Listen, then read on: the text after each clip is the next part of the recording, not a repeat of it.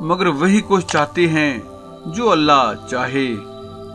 نیز فرمایا میں ان لوگوں سے بالکل قریب ہوں جن کے دل میری ہی وجہ سے شکستہ ہیں، بس اللہ تعالیٰ تیرے پاس نہ رہے گا تا وقت یہ کہ تیری تمام خواہشات اور تیرے سب ارادے اس کے ارادوں اور رضا کے لیے شکستہ نہ ہو جائیں۔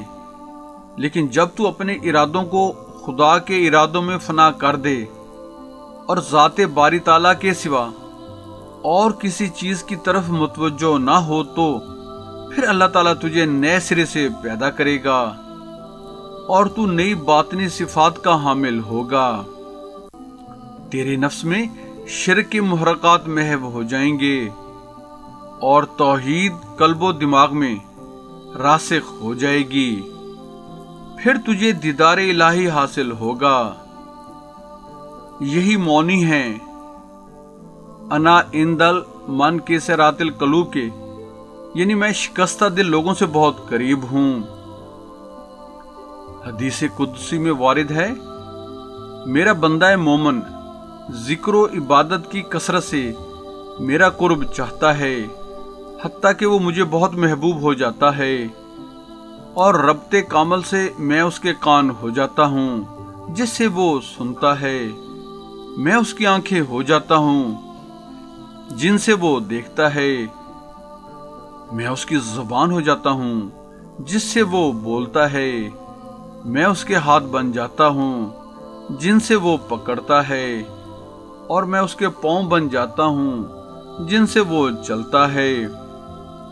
پس فنا کی کوئی حالت اس کے سوا نہیں ہے کہ تو اپنے آپ سے اور مخلوق سے فانی ہو جائے، اور مخلوق یا تو نیک ہے یا بد، اسی طرح تو بھی نیک ہے یا بد۔ پس جب تو اپنی فطری اور ازلی صفات کو ضبط و محفوظ کرتے ہوئے مخلوق کے خلاف شریعت تاثرات کو قبول نہ کرے گا، اپنی توقعات کو اس سے وابستہ نہ کرے گا اور اس کے شر سے خائف و ہراساں نہ ہوگا، تو پھر تیرے نفس میں اللہ ہی اللہ باقی رہ جائے گا جیسا کہ تیری پیدائش سے پہلے تھا۔ اس حقیقت کو نہ بھول کے خیر و شر اللہ ہی کے اختیار و قدرت میں ہے، اور جب تو خدا تعالیٰ پر یقین کامل رکھے گا تو وہ تجھے قضاء و قدر کے شر سے بے خوف کر دے گا اور خیر کی برکات تیرے لیے بسیط ہو جائیں گی۔ پھر تو ہر خیر کا محل، ہر نعمت و مسرت کا مرجع، ہر نور و ضیاء کا مرکز اور ہر امن و آرام کا سر چشمہ بن جائے گا۔ بس عاشقان حق کا مطلوب و منتہا یہی فنا ہے، اور یہی اولیاء اللہ سیر و سلوک کے بعد اپنی منزل پاتے ہیں۔ اپنے اسی ارادہ سے فنا ہو کر خدا کے ارادہ میں محو و نابود ہو جانے کو تمام سابقہ اولیاء ابدال نے طلب کیا ہے۔ وہ تا دم واپسی ارادہ حق ہی کے ساتھ ہر ارادہ کرتے ہیں، لہٰذا ان کے نام ابدال رکھے گئے۔ بس ان حضرات کے نزدیک ارادہ حق میں اپنے ارادہ کو شریک کرنا گناہ ہے۔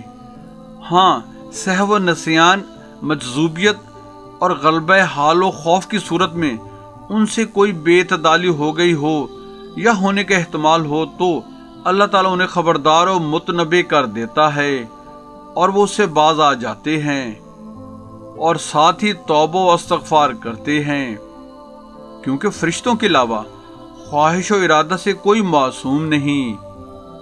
فرشتے ارادے سے پاک اور انبیاء کرام خواہشات نفس سے آزاد و محفوظ رکھے گئے ہیں، لیکن باقی مکلف مخلوق مثلا جن اور انسان ارادہ اور خواہش نفس سے معصوم نہیں۔ نوع انسانی میں سے خدا کے برگزیدہ بندے مثلا اولیاء اور ابدال ارادہ و خواہش نفس سے محفوظ تو یقیناً ہیں، لیکن ان سے ارادہ و خواہش کی طرف کسی وقت مائل ہو جانا عین ممکن ہے۔